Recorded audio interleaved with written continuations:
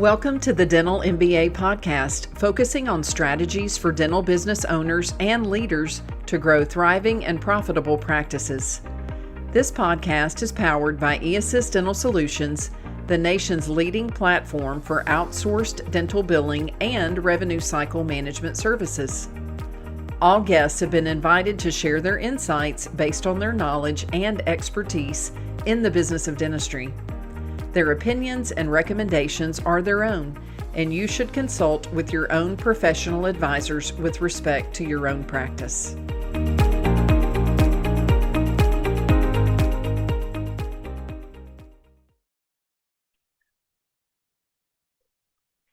Hello, everyone, and welcome back to the Dental MBA podcast with eAssist Dental Solutions. I'm your host, Penny Reed, and super excited today to welcome our guest, Santosh Patel with Complete Specialty Solutions. Hey there, Santosh, how are you doing? Hey, Penny, I'm doing well. How are you doing? I am doing fantastic, and I have been looking forward to our conversation today. Always love talking with innovators that find creative solutions to help practices continue to grow with, somewhat, we could say, out of the box thinking. And for those of you tuning in, I think that's exactly what you'll hear about today. So welcome, Santosh. Thank you again. Thank you for having me. I'm excited about this conversation. Yeah, awesome. Well, let's start with, for those that may be wondering, what is Complete Specialty Solutions? If you would tell us about your company and how you came about to meet the needs that you meet. Absolutely. So our company, Complete Specialty Solutions, we started about 6 years ago, 2018, really with the mindset of how do we help group practices, solo practices, DSOs with a fractional specialty department, right? So we're general practices. My wife's a general dentist. We had a dental office, learned more about the dynamics of a dental practice and really the fragmentation of bringing in specialists and how do you really kind of close that loop on that patient experience. So our company is really focused on that. We, in the markets that we're in, we provide this white glove service where we have the specialists, the assistants, the supplies, the equipment, and the full operational arm. So we call and schedule the patients, we support the billing, we support front desk on the days of our production days. So really that white glove, and that's Houston, Dallas, and Austin. That's where we've been able to go deeper based on the density. And the other part of our solution really is to then support groups nationwide who want to do it themselves, right? They want to build their own specialty programs. And so our vision is, okay, how do we go from ground zero to go live and really leverage the technology part of our business that we've built? And all of this came out because of the need, as I expressed. My wife's a general dentist. As she was referring patients out, we constantly heard the statement, well, why can't I do that here? And so our perspective was, well, how do we address that? How do we solve that?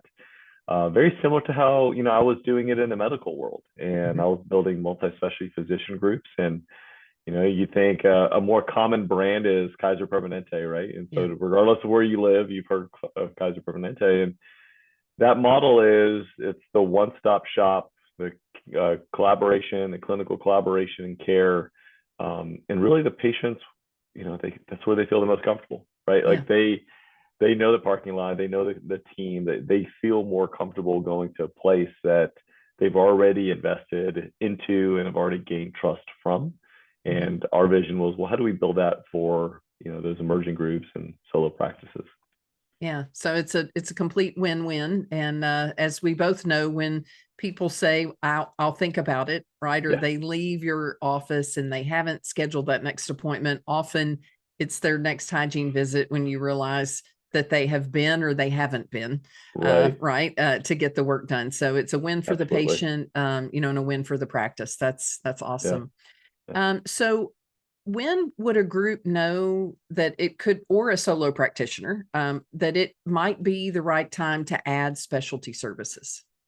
So, taking a step back and just looking at what core competencies does a practice have now, and either it's their own general dentist that's leveling up in terms of skill set to offer Invisalign, right, or offer implants.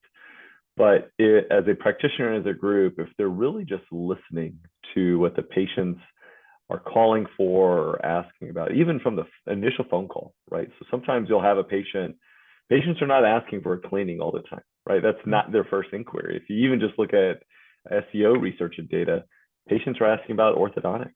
Yeah. They're calling. And so if we're taking a step back and just listening to patients and also going through the exam and providing a true comprehensive exam to the patient, where they could benefit from an implant, or they could benefit from Invisalign, or they could benefit from veneers.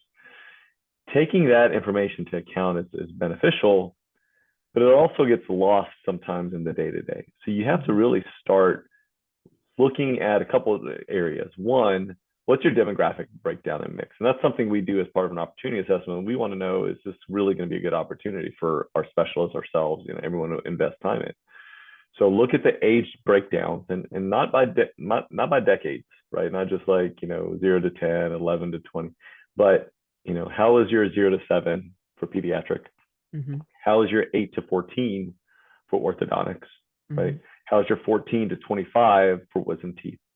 So really being calculated in how you approach the opportunity, and then funneling it down to say, okay, this is how many we think will be identified as cases, and this is mm-hmm. of that, this is how many we believe will say yes to treatment, and multiply that by an average production per patient. And then that's where you start to get a good baseline to say, hey, this could actually be meaningful for the practice and the mm-hmm. patient experience. Mm-hmm. So that's one piece of it. And the other piece is really just tracking referrals, right? And we ran into this problem when we first got into the business, and we just thought it would be easy to say, okay, well, send me all your PMS data reports on all your referrals. And they're like, what are you talking about? And so we quickly realized when we stepped into an office and we asked 5 different team members, how they track and document referrals, we got 6 different answers, right? Mm-hmm. And so it's like, okay, so there's no consistency. Yeah. And that's where we were kind of forced into building something, is like we wanted to create some consistency. Mm-hmm. And so that was helpful and beneficial, but that's really where you want to start, is understanding, one, what are you referring out, or what are you not talking about to the patient because you don't offer that service, mm-hmm. right? Mm-hmm. And then starting to really document that will allow you to then determine, yes, I'm ready for this today, or I hope to be ready for this in 6 months, and these are the steps I need to take to get there. Yeah, that's awesome. As I like to refer to myself, recovering practice management consultant in me loves that, right? Looking at the data and really figuring out, even if something seems like a great idea, are we ready for it? And also for my apologies to any of you that I used to coach, where me trying to influence you to learn to love how to do something that you really didn't want to do, yeah. Which if we had known, Santosh, you could have possibly had someone else in there doing it sooner. So, but yeah, it's a huge opportunity. Well, and that's how this came about, actually, because when my wife was, helping that patient, and she said, well, I'm going to refer you to an oral surgeon. And, I asked, I said, well, why don't you do that in your office? She goes, I don't want to do oral surgery. Yeah. She's like, that's not where my comfort level is, and that's not where my passion is. I want to, focus on restorative. So then, well, what's the solution to that? The solution is let's build something to where it makes sense for somebody to come in. Mm-hmm. Yeah, I love that vision. Well, so I'm sure you've seen, the good, the bad, and the ugly, maybe when groups or individuals have attempted to do this on their own. What are some pitfalls to avoid when you're looking at incorporating specialty services into your practice?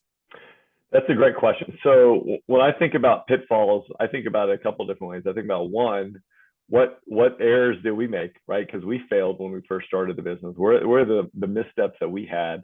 And then 2, what do we notice from groups and practices who have attempted to start and then struggled with it? Mm-hmm. And it kind of boils down to a couple different things. One is, do you have buy-in from the team?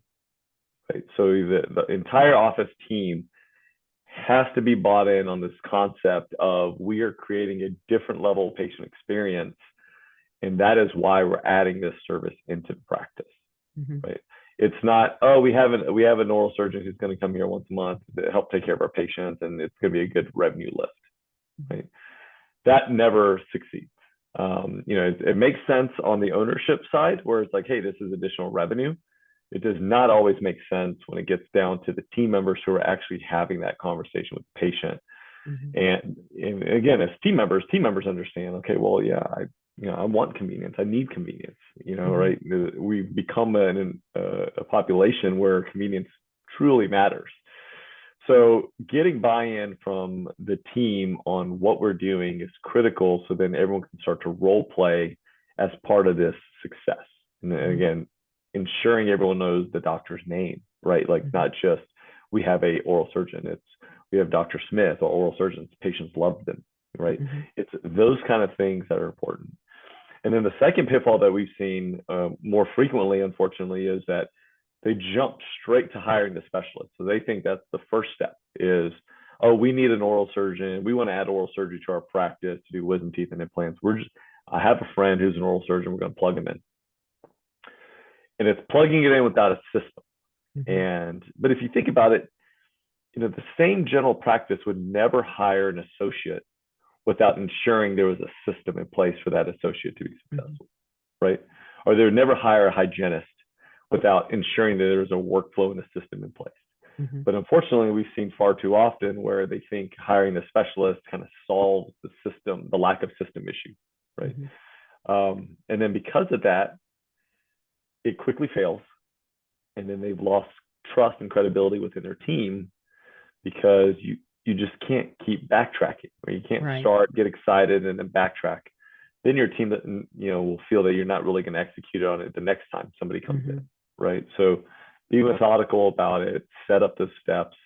But those are the two biggest pitfalls. There's concepts about fees and do we go in network, do we stay out of network? Those are just areas part of the system to really work through. But the two pitfalls is, I guess similar to any business, right? If the team is not on board, if everybody's not rowing the same direction, it's not going to be successful. What has been a way, right? I know there's probably lots of ways that you've seen that you've had success with, as far as having the team understand the convenience part of it. Are there other ways that you've seen that are successful to get the team buy-in? Yes. So understanding again the concept of why we're doing this as patient experience. So one of the things that we do is we actually ask that question when we go into activation. We have the whole team there. Say, so in a given week, how many times do you hear the comment, well, why can't I do that here? And everyone starts raising their hand, right? And so they've already internalized, like, this is a problem. Yeah. And now we are solving that problem, right? So that's one part of the buy-in. There's always incentives that you can create on, to your teams, not necessarily your doctors want to be compliant.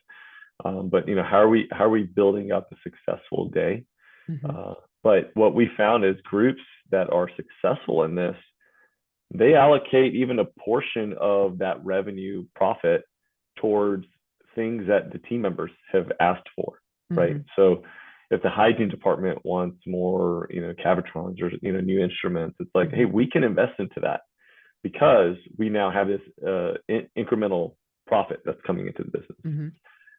We knew several groups who had a threshold target that said, if we can build up successfully to a consistent $20,000 a month in oral surgery, 1 to 2 days a month, then within 6 months, we can get the CPCT. And then we can get the additional iTeros, right? And all of that actually makes the team more successful. And so it's again, understanding that this additional incremental income can reinvest back into the business and really help it thrive. And so I think getting that type of buy-in and really, engaging them in that conversation, because they're the ones who are having that conversations with the patients. Right. So that's what we found. Versus saying, hey, guess what we're starting next month? Right. Surprise. Right. Oh, we have an oral surgeon coming in and nobody knows who it is. Yeah. Have them come in and do a meet and greet and do a lunch and learn and treat that specialist, even if it's once a month, treat them like they're an associate. Give them swag. If you have water bottles, whatever you have, give that to them. Make them feel a part of it. Now, the specialist has to do the same, right?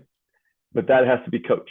And someone has to say, okay, this is what we do in our practice. This is our expectations. You're going to have a great experience here, but we need to make sure you're pouring in as much as we're pouring in. Yeah, right? that makes a lot of sense. And hey, if everybody else on the team has a nickname, then they need a nickname too. Right? Exactly. Yeah. Exactly. Yeah. Awesome. I love that. Well, what are one or two things that successful groups are doing well to optimize integrated specialty? So, they're definitely they've definitely gone with the mindset of like, we want to provide comprehensive care.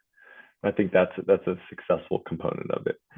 Investing into the technology, investing into the chairs, operatory space, but also really role playing what this looks like.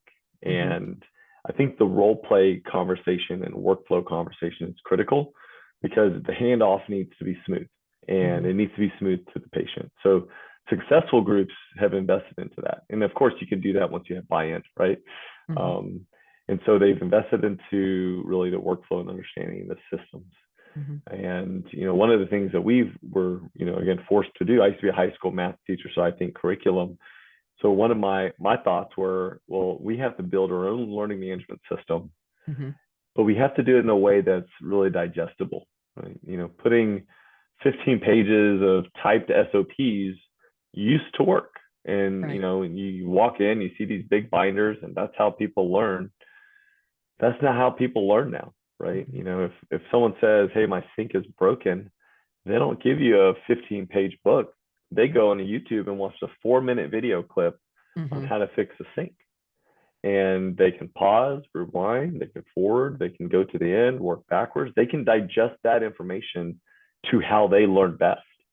And so we've moved from SOPs to video SOPs, and we're seeing more of the successful practices doing that as well.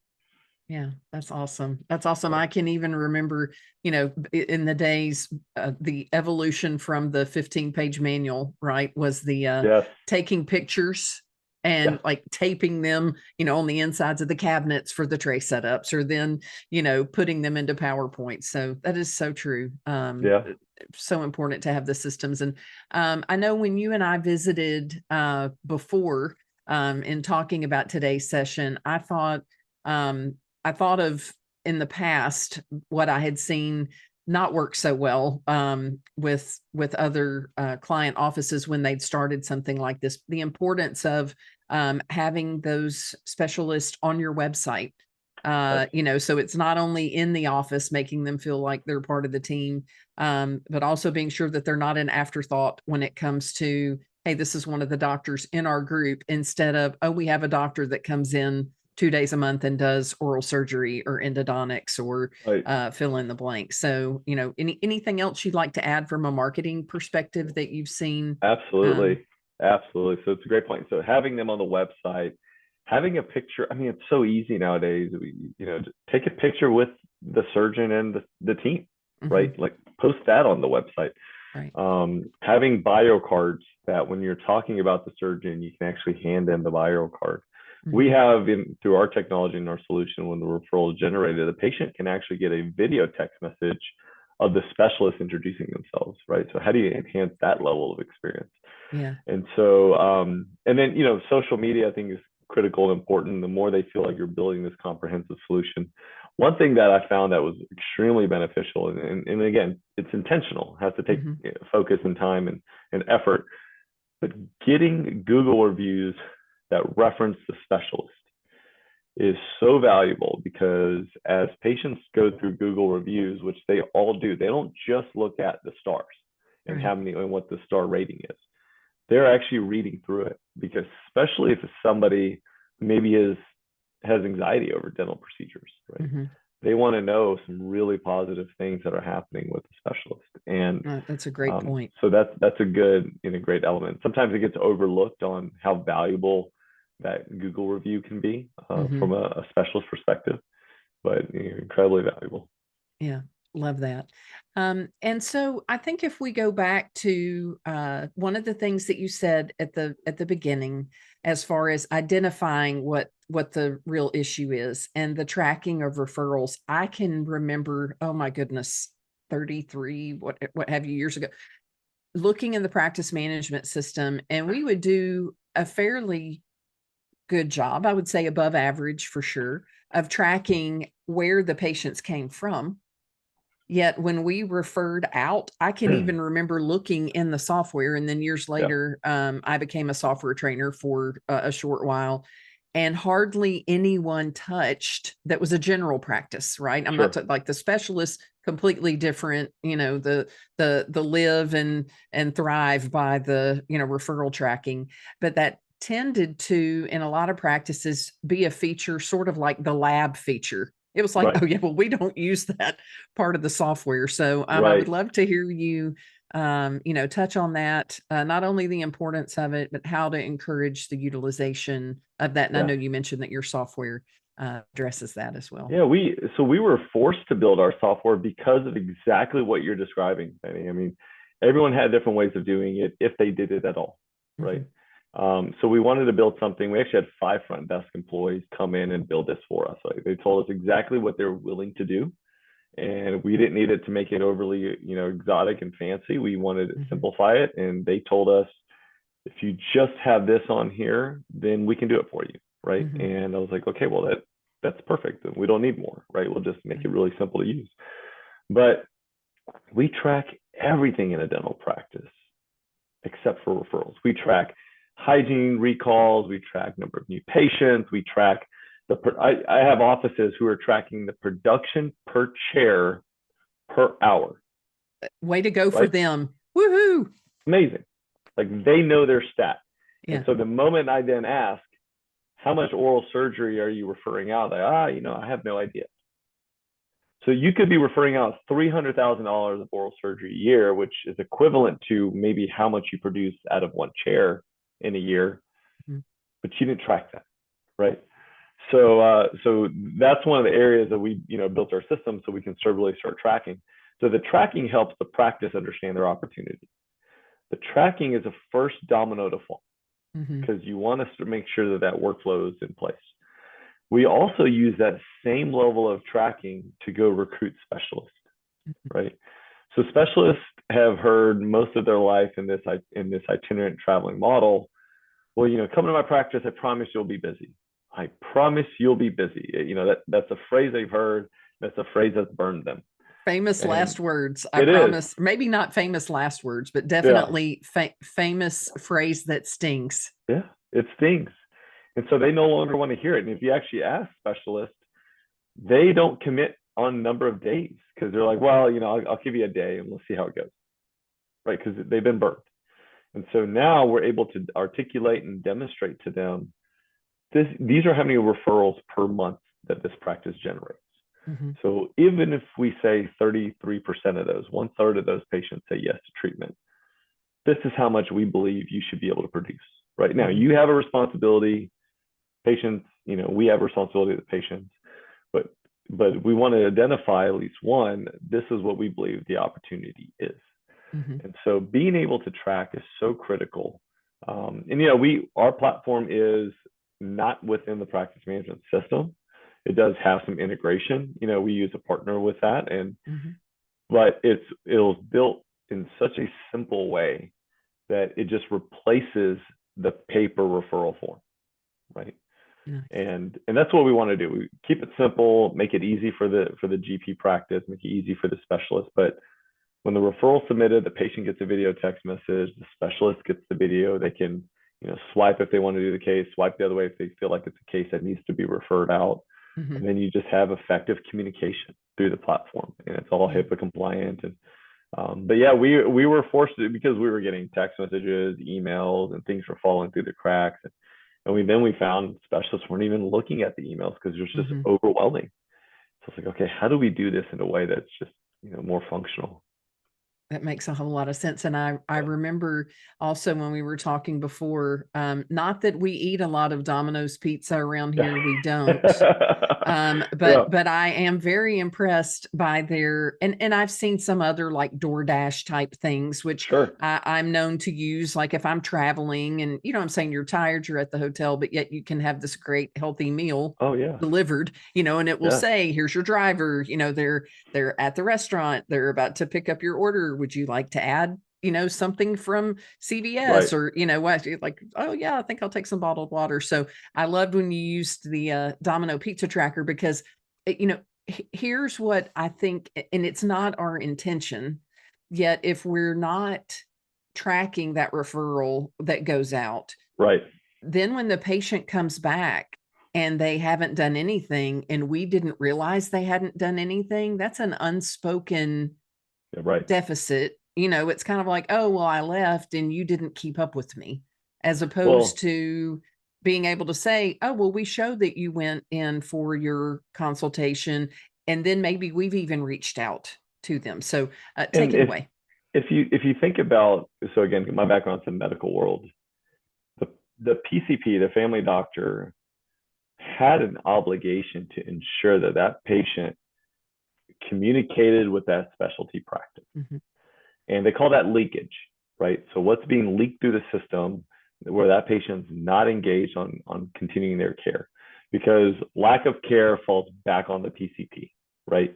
In terms of now they have to go, more visits, I'm in pain, it's a constant kind of evolution cycle. So in dentistry though, it's, hey, I really think you should go to an oral surgeon to take a look. And then the conversation stops, right? What we want to do is exactly what you said, Penny, is that we've built what we refer to as that Domino's pizza tracker for specialty referrals. So referrals been sent, the referring office or internal office, right, acknowledges that the referral has been received, the patient's been contacted, patients contacted are scheduled or treatment completed, Mhm. right? And then the patient's ready for restorative.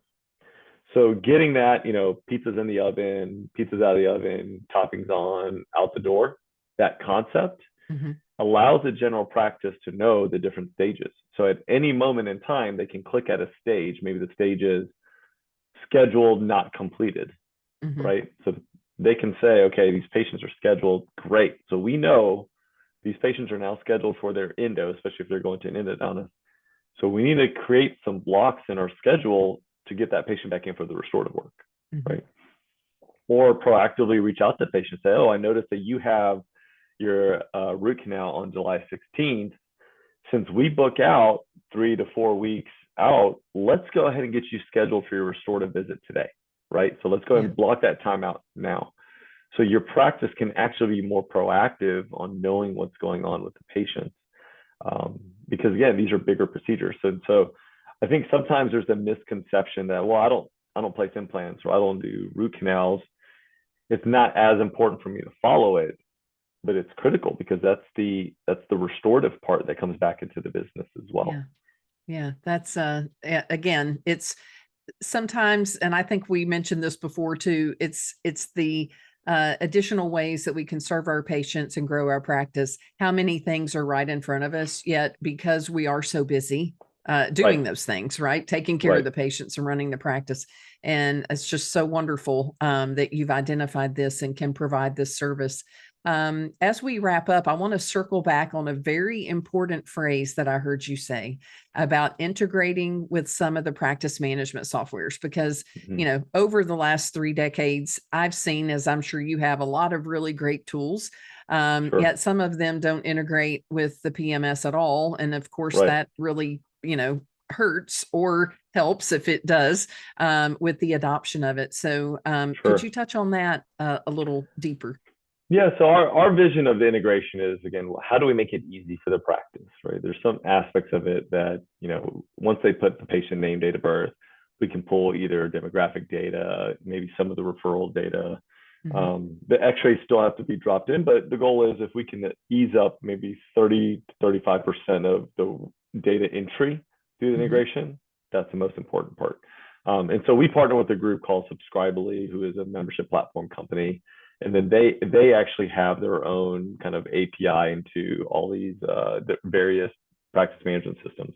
So we plug into them, and they essentially already have that plugin. So the integration is helpful and essential, which kind of streamlines that process and workflow. And I think that's where we found integration is critical. Is it's it's nice to say things are integrated, right? Like, oh, it's integrated, but what does that really mean? And what does that really do from a time saving standpoint? Mm-hmm. So what we found saves about 35% of the data entry. And, everyone, the one other phrase that people hate to hear is, well, it's just one more click, right? Like nobody wants to hear that Right. because that one more click is actually a lot more clicks I was throughout the going to say, day. it's even if it is one more click, it's remembering to do the click. The Exactly. clicking is usually not the issue, Yeah. right? So It's getting that into the workflow and remembering to getting do into the the workflow. click or the clicks. Yeah. Yeah. So that's why that integration is just kind of streamlining that process. And Penny, one thing I forgot to mention just as we're having this conversation is really just the economic side. So when groups are looking to bring in a specialist, again, there's a huge value add on the patient experience side, retaining those patients. We've seen, from most practices who have churn, they're able to retain almost 20 to 25% of that churn of patients that leave because, if they're in ortho, well, they're in ortho for 24 months, right? If they're getting implants done, then, that's a little bit of a journey of going from, grafting to implant placement to restorative, right? So Mm-hmm. patients stay as part of that practice. But even if we did just some basic math of, let's say you have a group of 5 locations, in a kind of dense area, Mm-hmm. or 6 locations, right? And so you did $10,000 of specialty production per month at each location, right? So 6 times a month, you have a specialist coming in. That's it. You're not doing this full time. You're just doing 6 times a month. So 6 times a month times 10 locations is $60,000 a month, Mm-hmm. right, of production. You multiply that now by 12, you have 72,000, essentially $720,000 of production Mm-hmm. related to that provider. Mm-hmm. Most practices, once they pay the specialists, once they pay the teams, they're retaining profit wise somewhere around 30%. Mm-hmm. So that could be $200,000 of pure profit in a practice, pure EBITDA, right, Mm-hmm. in a practice. Mm-hmm. And even going rates right now, even though it's been a little bit challenging, let's say going rates are somewhere between 7 to 10x of EBITDA. Mm-hmm. That could be a lift in a company's valuation by 1.4 to $2 million, Yeah. right? That's substantial, and that's in addition to your already existing business. Mm-hmm. And so there's definitely economic upside to doing it. There's value in investing into the system in doing it. Mm-hmm. And again, even if there was no true economic value on the specialty, the patient retention and how do you differentiate yourself to your competitors is a value in itself, right? Absolutely. And I think circling back to what you were talking about with the chair hour value, I wrote a book called Growing Your Dental Business back in my consulting days. And Yeah. that whole dollar per chair hour, I can remember prior to dentistry, I was in management with Walmart. Okay. And looking at the stores and the dollar per square foot of sales, right? Yes. And then how many are sales per hour. And so, that fixed cost, facility cost is so much of It's a real. chunk of the overhead. And so being able to, maximize those chair hours without burning out your, Right. existing, doctor staff. And in most Right. practices, I mean, the groups are obviously, because that's kind of what they were born to do, Right. better set up for that. But I love that you've touched on that because you're, other than your, depending on what the structure is, your supplies, your lab cost, if any, the paying of that specialist, and then maybe, if they're in your area, in Texas, maybe the payment of that team.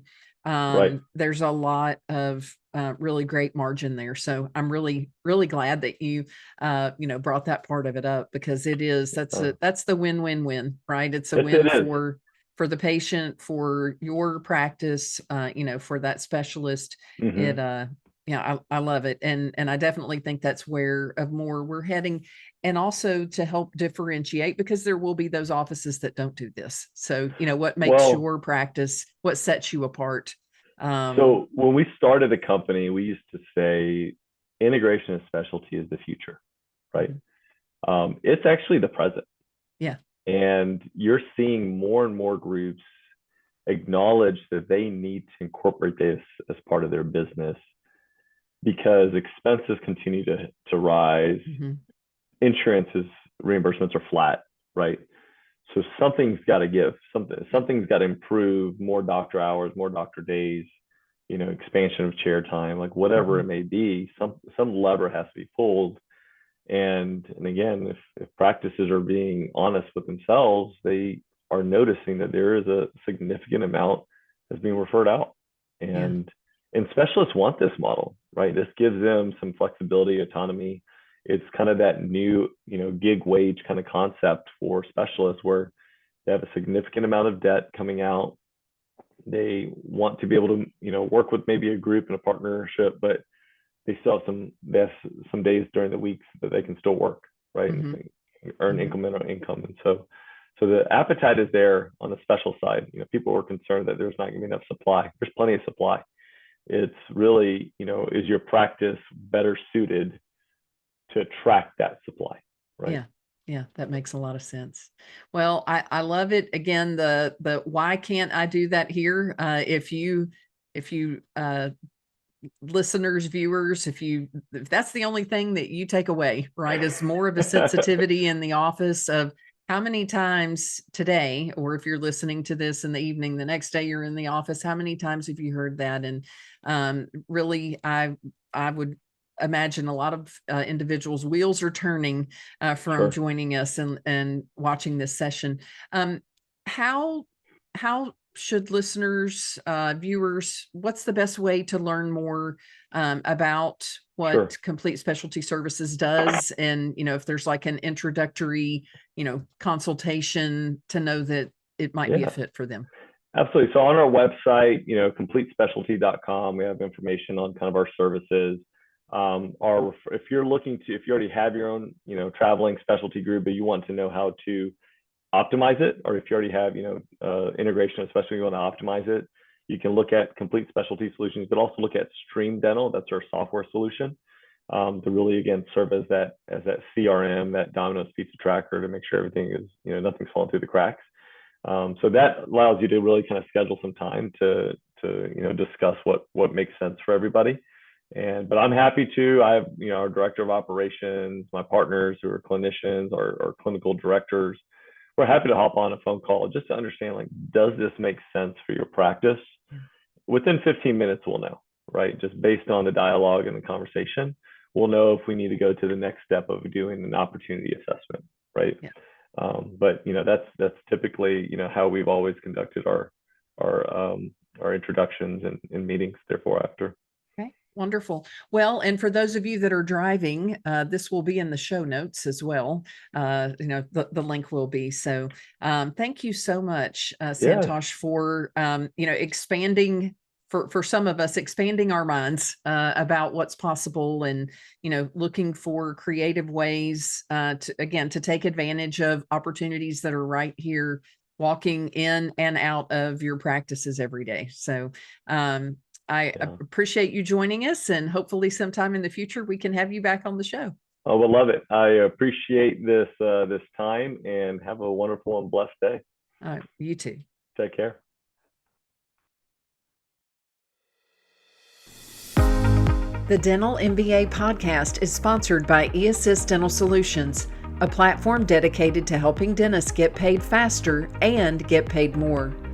Dental insurance billing services provided through the eAssist platform can relieve your dental insurance headaches, get your over 90-day insurance receivables near zero, and help you collect 100% of what you're rightfully owed by insurance companies. To learn more about how the eAssist platform can solve your revenue cycle management needs, or to schedule a free consultation, please visit dentalbilling.com.